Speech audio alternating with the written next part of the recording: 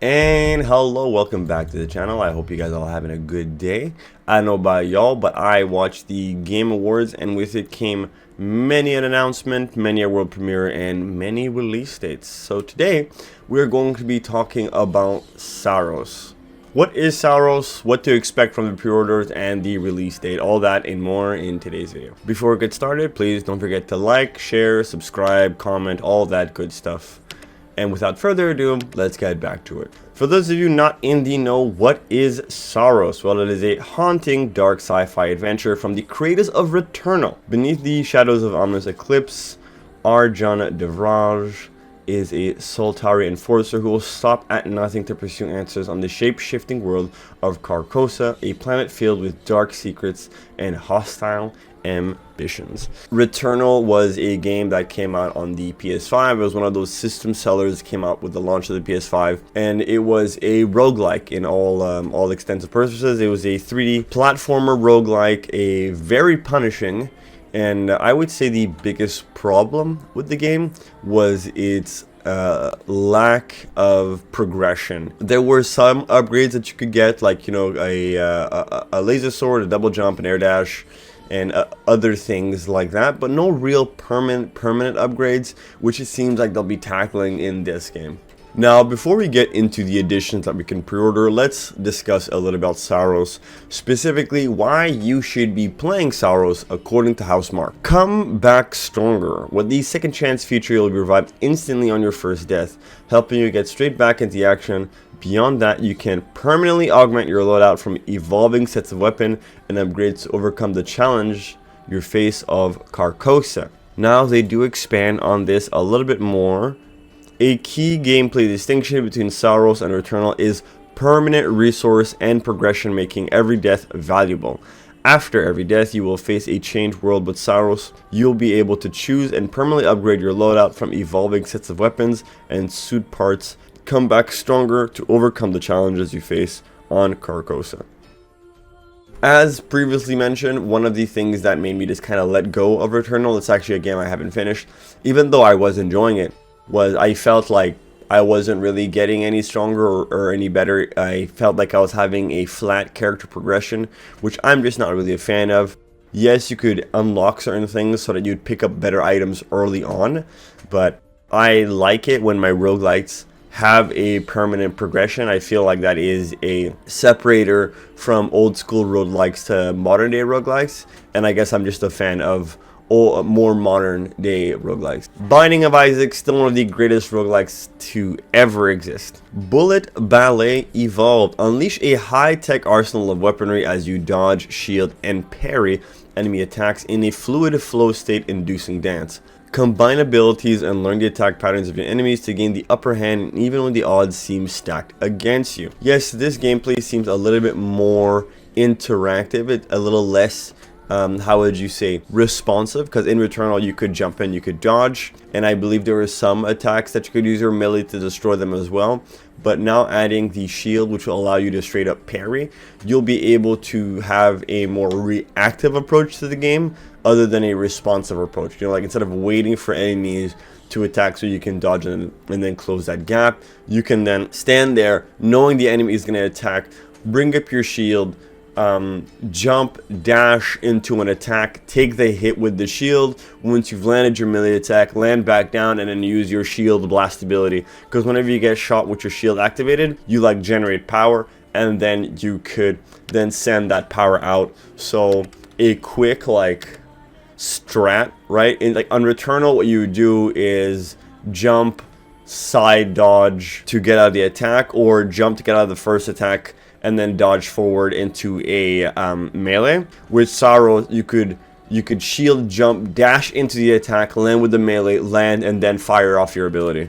So like just because of the shield, it adds so much more options to the game. Constantly evolving. After every run, you will face a changed world. The permanent resources you gain will ensure the world yields to you, but the corrupting influence of the eclipse touches every crevice of this shape-shifting world, revealing new paths through each biome and awakening a madness within everyone and everything. It seems like this whole madness bit awakening in everyone and everything implies that different zones might have different negative status effects, so probably like some debuffs, which I could find very interesting.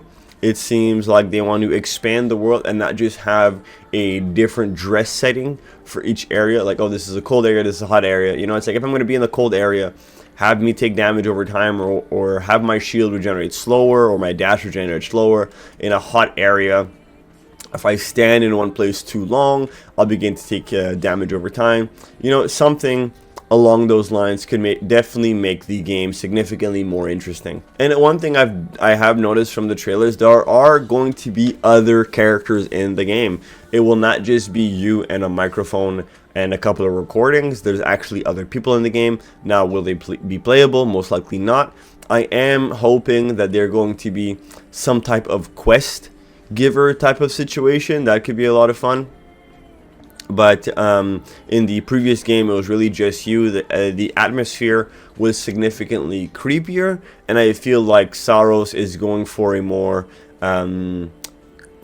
haunting, yes, but the power's in your hands. You know, you're kind of like the Doom Slayer in this versus being a regular cop in Resident Evil. Build your strength. Return to the passage between runs to track your permanent progression and meet an assembly cast of characters. As your crew from Echelon 4 begins to succumb to the madness brought on by Eclipse, you'll start to question who can still be trusted among the people you once relied on. So by reading this, it seems like the passage is going to be your hub area, and the cast of characters that you will be assembling are part of your original crew, and they will be getting affected by the madness. So I'm really hoping that we're gonna have some choices to make, or and I'm not hoping for story ending altering choices, but you know, just perhaps accepting an item from an NPC or completing a quest from an NPC could have negative effects on the player and on the other NPCs that reside in the passage. Now that would be very, very cool. Outworldly sound design. So this is for all of my audiophiles over there. Rich details of Carcosa and its inhabitants come to life with atmospheric sci-fi inspired 3D audio soundscape punctuated by dark electronic musical scores from two-time Grammy Award-winning composer Sam Slater. Now, I am not an audiophile, however, I do appreciate a very nice sound coming out of laser cannons and whatnot, and I can definitely say that Returnal knocked it out of the park when it comes to its sound design. So I have absolutely zero worries that Saros is going to be sounding like the creme of the creme of music. I am very excited just to listen to not even the music, the sound effects of the weapons, teleportations, and damage. All of this sounds fantastic. I tip my hat off to House Marque, my bad. I speak French, my guys, I speak French. Power in your hands. Feel the corrupting experience of Carcosa through the DualSense wireless controller, adaptive triggers, and haptic feedback, as Arjun's memory suit and weapons evolve with the powerful corruptive effects of the Eclipse. Now, personally, I find the adaptive triggers and the haptic feedback kind of annoying after some time because it vibrates so freaking much. And like, I mean, you're not holding an actual weapon, you're holding a controller in your hand. So it is fun for the first few hours of the game, but after a while I ended up turning all of that stuff off because it was just simply too much. I am hoping that they're going to have sliders this time and not just an on-off function, because I did like it. I would just like it to be less intense, you know? Now, we do have a couple of editions of the game available to us. We have the physical edition, the standard edition, and the digital deluxe edition. And I must say, in a world where we're seeing less and less physical copies, my hat's off to House Marque for giving us a physical edition of the game. Now, if you do buy the physical copy, you'll be getting a standard Blu-ray Saros game, and you'll be also getting the Hands of Shore armor. It is a very cool armor set, kind of reminiscent of like ancient technology. It's giving me some Final Fantasy 16 vibes. Then we have the standard edition, which is just the regular game, and once again the Hands of Shore armor. So I mean, if I was you, I would definitely go and grab that physical edition, because it seems like they're going to be the same price. Let me just double check that. Yeah, it seems like the physical edition and the standard edition are going to be the same price. If I was you, I would definitely go grab a physical copy. Let's not let physical copies die out. And last but not least, we have the digital deluxe edition, where we'll be getting 4 armor sets: Hands of Shore armor, Astral armor, Midgar armor, and Onryo armor. The Onryo armor kind of makes me think of Ghost of Yote. Actually, I think it is the Ghost of Yote armor, now that I think about it. The Midgar armor is a reference to God of War, the Astral armor is a reference to Returnal, and the Hands of Shore is a reference to Saros. So, I mean, I'm not mad at this, obviously. I find it very cool that PlayStation is having little nods to their other games. I think that's pretty cool. I just don't really feel like 4 alternate costumes is really worth a price hike for the digital deluxe edition. However, one extra thing that we get in the digital deluxe edition is a 2-day early access. You'll be paying on the 28th instead of the 30th.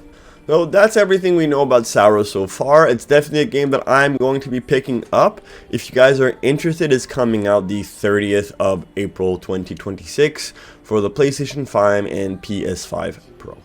That's going to be it for today's video. Let me know what you guys think in the comment section down below. While you guys are down there, don't forget to like, share, favorite, and subscribe, because it puts a smile on my face. As always, thanks so much for watching, and I'll see you guys next time. Peace.